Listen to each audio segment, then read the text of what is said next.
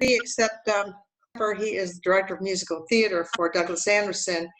As Jared Tyndall, one of our other speakers, what we'll share is this: a lot of changes happened this week in the school system, and a lot of teachers were summoned to the school without really any notice to clean out their classrooms. They moved the schedules around. So Joe won't be talking to us, but he sent a video clip that he wanted us to share with the club, talk about the creativity, which I'll do after I introduce everyone else. Then we have Jared Tyndall, and he teaches at the elementary level in Montessori school. So he'll be speaking right after the video clip.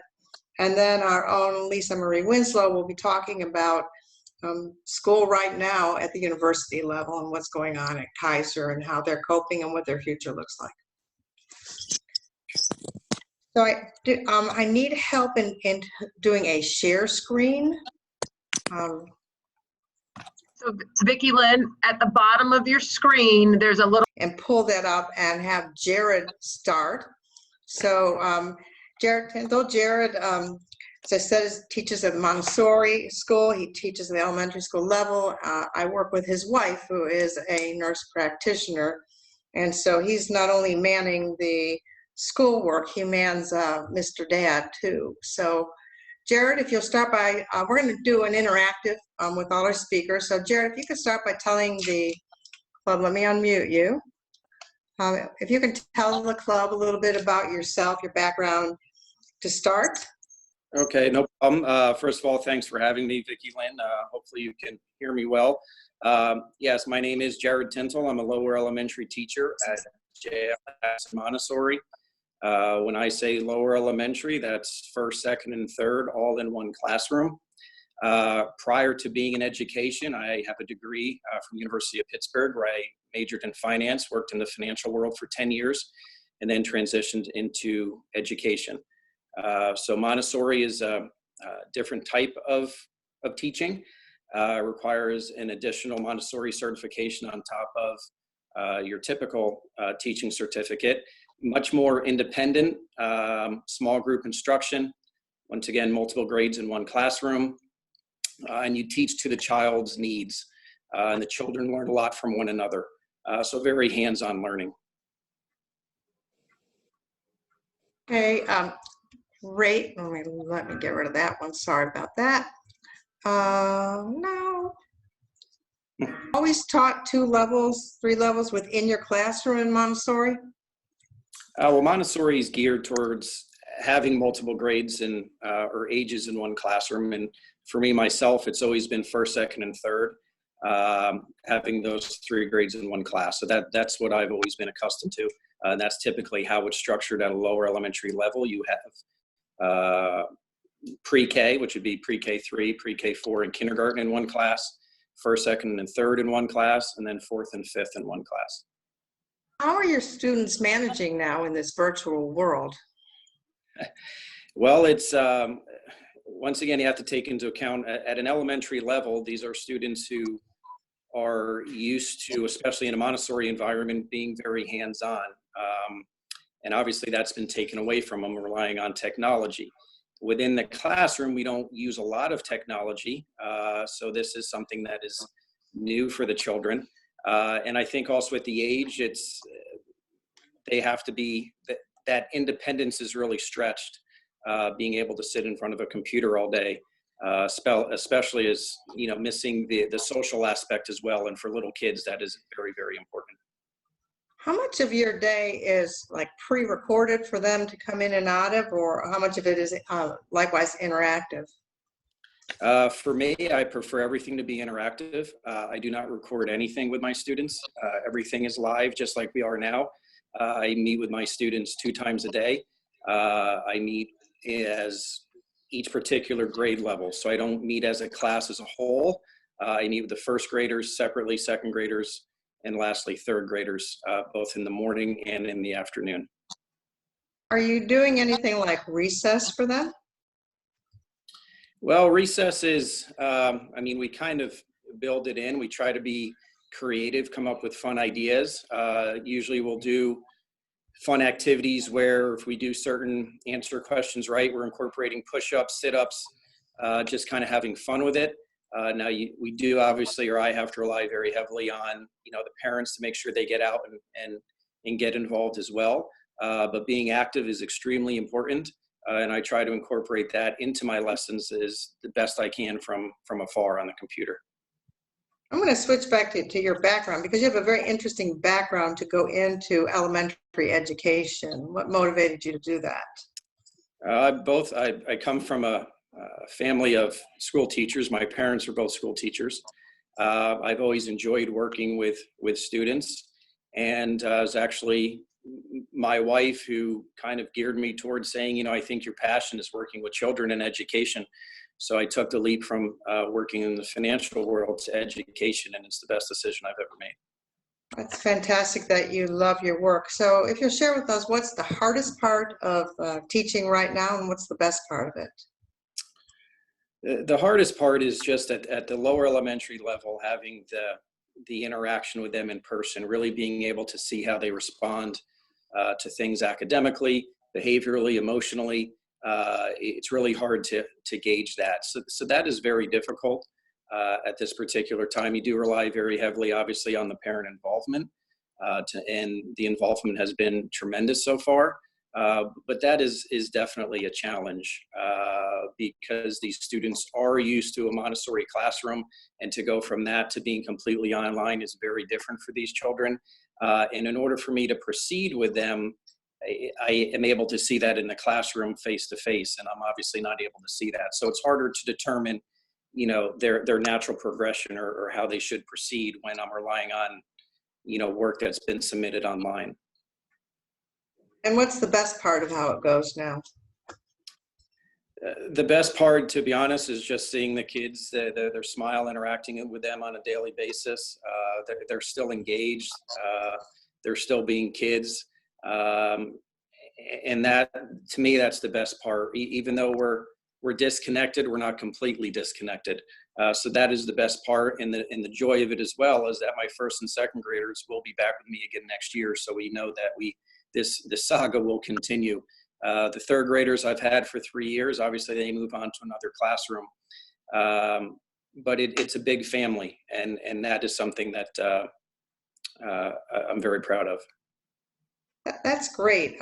We'd heard that the school system was providing a computer for families that didn't have one, which means people with several children may run short of available laptops or computers. Have you run into that?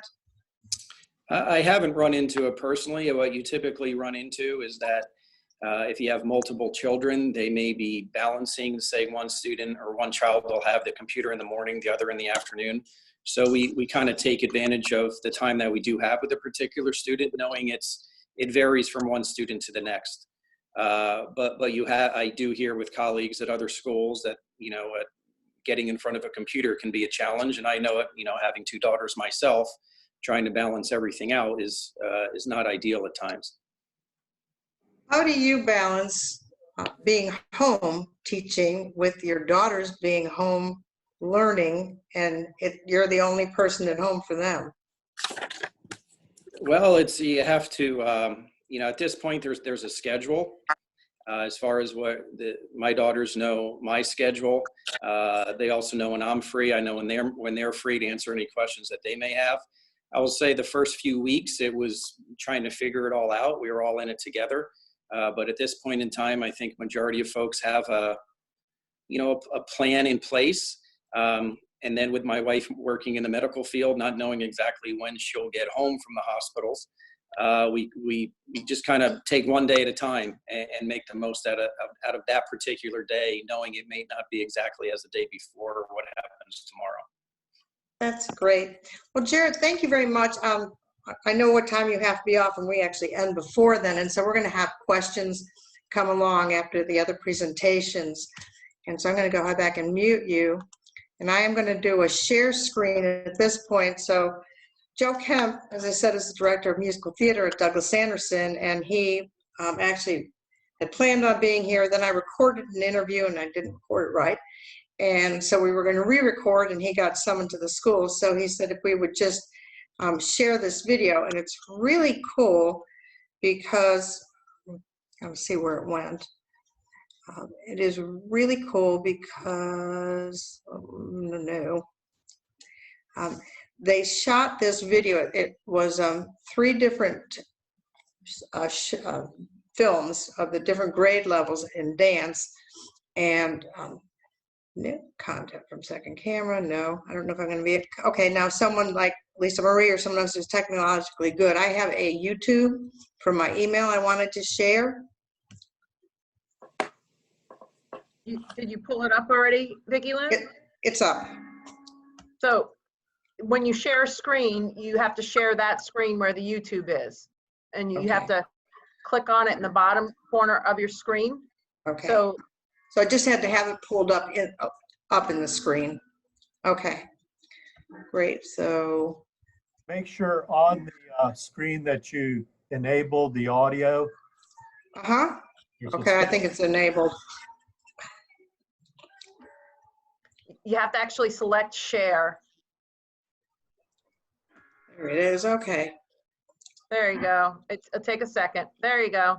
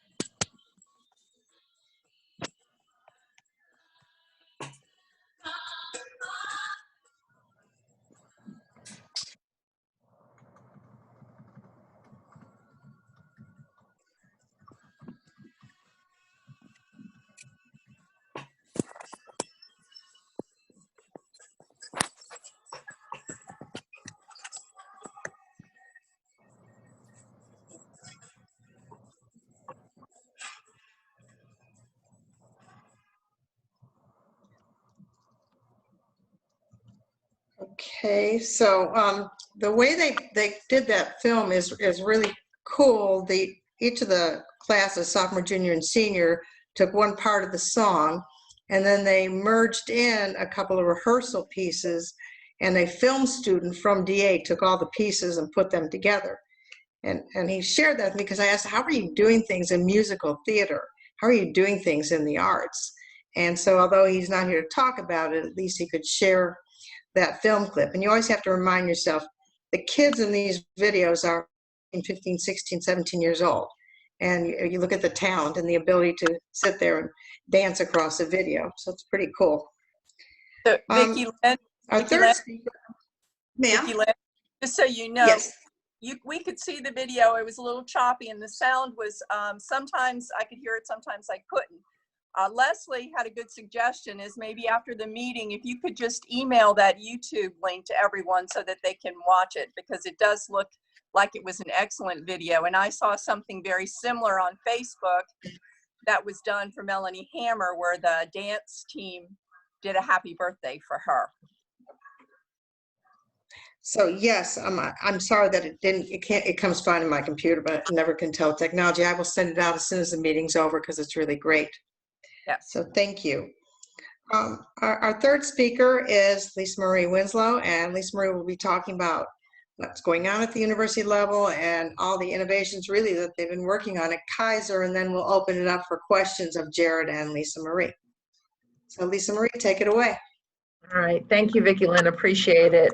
Really honored that you asked me to talk about this important topic, because it obviously impacts so many of us personally, as well as our future generations. So at the higher education level for Kaiser University specifically, we've been really fortunate that we've been able to pivot pretty quickly with regards to our students from an on-ground perspective to what I like to call remote delivery, not online, and I'll talk to you a little bit about the differences. The state university system, unfortunately, has had a lot more trouble with that because they've been moving faculty and students from an on-ground environment to strictly online. So what's the difference between online and remote? It's a difference between synchronous versus asynchronous teaching. So in online delivery in your traditional online universities, and I use the word traditional loosely, they use an asynchronous type delivery. That means that students can get on and get their education at any time, right? There's live lectures, there's videos and stuff like that, but everything's recorded so that the students can access that information at their convenience. With synchronous delivery, especially in a remote environment, it's a little bit more challenging because you're expecting and asking those students to continue to be present the entire time that you're delivering that curriculum. So for our university, I think that has been one of the reasons why we've been so successful with pivoting into the remote environment, is because of our on-ground faculty has maintained that synchronous expectation of our students, but also now have the flexibility of the asynchronous, because so like we were talking before we got on our meeting today, you know, there's some challenges when you're not used to working from home, or students aren't used to going to school from home, and now they have their children going to school from home, and people are sharing computers, and the time that normally our class times have been very, very structured. I was sharing with Vicki Lynn, you know, one of the tenets of Kaiser University and why we've been so successful is we have very structured expectations of our students to be here in class, right? That on-ground, in-person delivery. And so we expect our students to be in class, to be present, to be engaged both in body and mind. And so in pivoting to the remote delivery, it has really enhanced the education for our students, because now they have the synchronous, they have that expectation still that they're present in class, but the flexibility for that asynchronous, because if they can't be in class, say a kid's sick or they need to help a kid with work, with their own schoolwork, what have you, they can come back to that later. So our faculty have made some significant adjustments. And matter of fact, university-wide in the Kaiser University system, our retention is higher than it's been in the past 2 years. And I really contribute that to the dedication of my faculty. They have just been amazing in how they have made this transition. Fortunately, the university has provided us the tools and the resources with a platform called Blackboard. And so all of my faculty, even though they taught on ground, had the luxury and training of using Blackboard in an environment to where it complemented their on-ground delivery. So they just switched that. So a little bit of a learning curve, but not as much for many on-ground faculty who had to go into a remote delivery and now use a system they were unfamiliar with. So the learning curve for all of us in this remote environment has been great. We're learning just as much as our students are. I was sharing with Vicki Lynn, we are just in this last week was the first time that I started operating on campus again. So this week, today was the first day that we had students and faculty on campus. We're not teaching, but we are teaching per se we're not holding classes, but we are holding labs, because a lot of our programs As you can imagine, with nursing and biomedical sciences, there's a lot of labs that are associated with those, and we are trying our best to be able to deliver those. So last week and yesterday, we were putting a lot of modifications in place. Earlier, folks were talking about the elevator. I have two by two on the elevator. So basically 4 people can go up, 2 in one elevator, 2 in the other, and 4 people can come down. We've got markings all on the campus, 6 foot apart. We are taking temperature checks of everybody, not just students, but everybody, faculty and staff every day. Everybody gets a pretty little paper bracelet of a different color. We're asking them 5 questions. I think the questions are pretty standard that the CDC provided with regards to your health, if you've been exposed, what have you. So we put a lot of things into place last week to this week to be able to accommodate students coming on campus. So it's been challenging. I keep telling faculty, staff, and students, you know, just be patient with us. We're trying to do the best that we can to bring that level of education back, or not even level of education, the expectations, or that what the normal and the new normal, what it's looking like. So it's been exhausting, but worthwhile, because like I said, our students, it means so much to them, and to see them here today and hear how much they appreciate what we've been doing over the past several weeks, and now to have that chance to come to campus, it's really rewarding.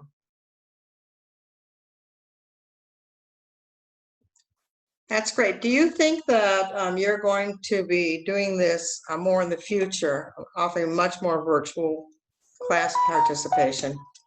Yeah, I think we are in as a university, we are rethinking everything, not just the delivery of our curriculum, but also the delivery of our support services. So many of you probably know Kaiser University has an online division, right? And so online is continuing to run the way online runs. There is one of the things as a university, as we move forward and we look at all of our processes that we have to be careful is we can't force faculty who are used to an on-ground synchronous type delivery into an asynchronous environment. They don't want that. They didn't want to teach online, right? They're teaching online because they have to. Our students are getting their curriculum delivered online because they have to.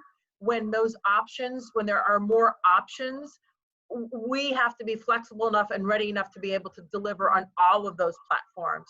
And I think it's not just us, but all universities in adapting to this new environment.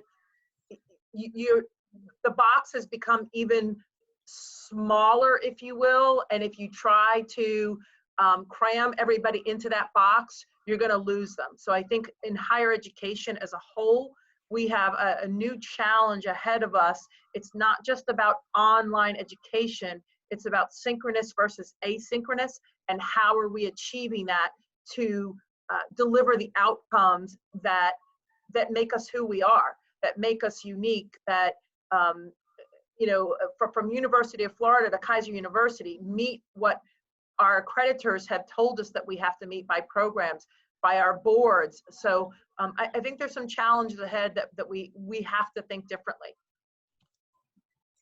That's really great and really helpful, and I've really appreciated both of you. Bea, do you want to open it up and handle questions? I'm going to unmute you. Yep, I got it. Thanks. So let's see the chats. Whew. It's going to force me to put my glasses on. Let's see. Appreciate you, Marcus. Thanks for the shout out. Yeah, so Marcus has said that he's happy to share with that Kaiser is recruiting tutors for us. Let's see. Dan is talking about the exceptional leader they have. You're making me blush. We absolutely know that. And so Dinkins wants to know what percentage of the coursework is self-study. That's a difficult question to answer, because in our traditional format, if you will, Dinkins, we have a very high expectation of hands-on delivery but we expect the students to also work outside of the classroom at an exceptional level. But that doesn't mean that we're not supporting them. So my faculty, the expectations I have of my faculty, their office hours don't know doors. They don't know a building constraint. So while the student is expected to do outside coursework in our traditional environment, really no different in our remote delivery environment. So that level is the same. But I would tell you, again, I'm just so proud of my faculty that they have upped the ante with regards to that support. And regardless of time, they're just making themselves available to the students outside of class hours, whenever the student needs help. And I think it's made all the difference, even in that self-study. I hope that answers your question. So another question. Less login. So some courses require lab work. How do you handle that online? So that's, with the lab work, before this week, what we were doing is we've had to make exceptions to the extent that our accrediting bodies will allow us to, because some of those labs the number of hours are required in order to progress and to get whatever that certification and that credential is down the road once they graduate. But what our faculty have been doing, it's just amazing. I had a couple of my faculty in here last week, and they were showing me the videos that they've created to share with their students. One of our faculty members used a baby doll to simulate and miniature crutches. And I mean, they handmade all of these things to show the momentum and the motion, and then demonstrate, somebody who has limited access if they have a certain type of injury. So they're being creative in video demonstration, and asking the students to video themselves doing some of those skills, send it back to the faculty member, and the faculty member is critiquing those. So those are some of the ways that we're doing it. I've got a faculty member that is actually using a smart TV as his lectern, if you will, or his board that he would use in his classroom. They've just been so creative with how they're trying to figure out to deliver these skills when it's not in the lab. Now this week, like I mentioned, today's the first day that my students are in the classroom doing labs with a faculty member, and they're in small groups. We're rotating them, temperature checks. We've got a porter that's cleaning the labs after each group is coming through. So just a lot of extra care, and just taking it slow and trying to ease into this versus just opening the floodgates. Jared, how do you feel that the students can stay on track to advance to the next grade with this form of learning? You might have to unmute yourself, Jared. I would say for a lower elementary student, it can be difficult.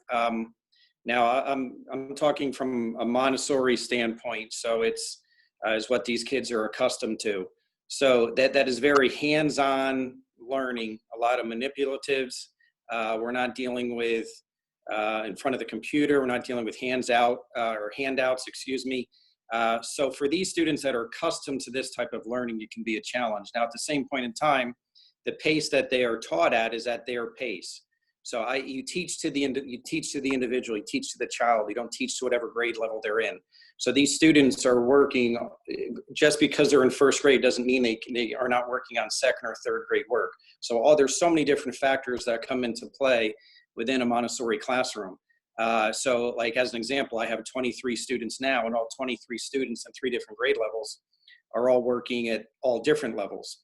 So it's in this time, it's difficult when you're not face-to-face, seeing their work being produced in front of you to determine how you need to progress with that particular student, but also knowing that the student will be prepared for the next year. Majority of these students are typically already working above grade level, especially if they've been within the Montessori program since pre-K3. We have a question for how would you test in a secure manner? I think that's probably for Lisa Marie. May apply to you, Jerry. So in the university setting, what we're using, we actually have, there's applications out there that allow, there's some testing, quite frankly, we're just not doing, but there's applications that provide a facilitator-like environment where somebody who's testing online will, their computer basically is locked down, that they cannot go outside of the test. If they go outside of the test, it invalidates the test, so it tracks movements. There's also software that we use where it actually videotapes and records the movements as well. And then the faculty actually have to go back and view to ensure integrity of the test taking. So there are things that there's technology out there that enables you to test in a secure environment. Excellent. Any other questions for Lisa Marie or Jared? Lisa Marie, this is Dean. Hey, Dean. My daughter just graduated from Yay. Florida State University Congrats. May 1st. And it was weird times for all graduates, as you know, but she did very well in school. But the question comes for this fall, if you have to modify procedures where you cannot have in-person instruction to the extent you would normally have it, is there a fee adjustment that goes along with that? So, yeah, that's a great question. And you know, like they say, it's above my pay grade. The chancellor will be making that decision. I think, you know, for Kaiser University, we're so well positioned because our classes are small that I don't know that it would be much of a challenge for us because our class sizes are small and we keep it small. I do think higher education is going to have to look at that because, you know, FSU, right? University of Florida, classes of 300 students at a time. Are you going to be able to deliver that? I don't know. I mean, my answer right off the cuff, what I know today is no, you can't. And you're going to have to make tuition adjustments. But the tuition adjustments, one of the things we have to be really careful in higher education is we can't be making tuition adjustments because students are receiving their education in a remote environment, because then you're basically saying that the education, the quality of education is not as good as in person, right? And that's not the case. It really isn't. Are there some things that it is just like in our meeting, right? I mean, there's still that human contact, that human element that adds a learning that we have not figured out with artificial intelligence yet how to recreate, right? We've recreated a lot. So I think the short answer to your question is I think traditional universities are going to have to look at that and figure out either how they adjust their class sizes or how they adjust their pricing when it comes to tuition for the fall. In my humble opinion, there's no doubt that education in person is a different experience than education remotely. Yep. I'm in a very collaborative industry, and it may not be true across all industries, but it's definitely true in architecture and design, where there has to, you know, it's a collaboration aspect of it that you have to learn as part of the process. I'd be interested in Jared's take on that too, because for a small private school coming into the fall, and if you're not in person, how can you survive financially? And how are the parents reacting to that? Well, actually, I teach at one of the few public Montessori schools in Duval County. Okay. Majority of Montessori schools typically are private, but here in Jacksonville, there's actually 2 public. So for the financial piece doesn't, you know, impact me per se. You know, it's just that getting back to what's normal for these kids at this level, at this age, first, second, and third graders, they need the face-to-face. They crave it. In a Montessori environment, they learn from one another just as much as they learn from me. And obviously on the computer, that's not there anymore. So it definitely impacts a Montessori education because we're so hands-on. And that's, you know, that's what I represent, different than a traditional school.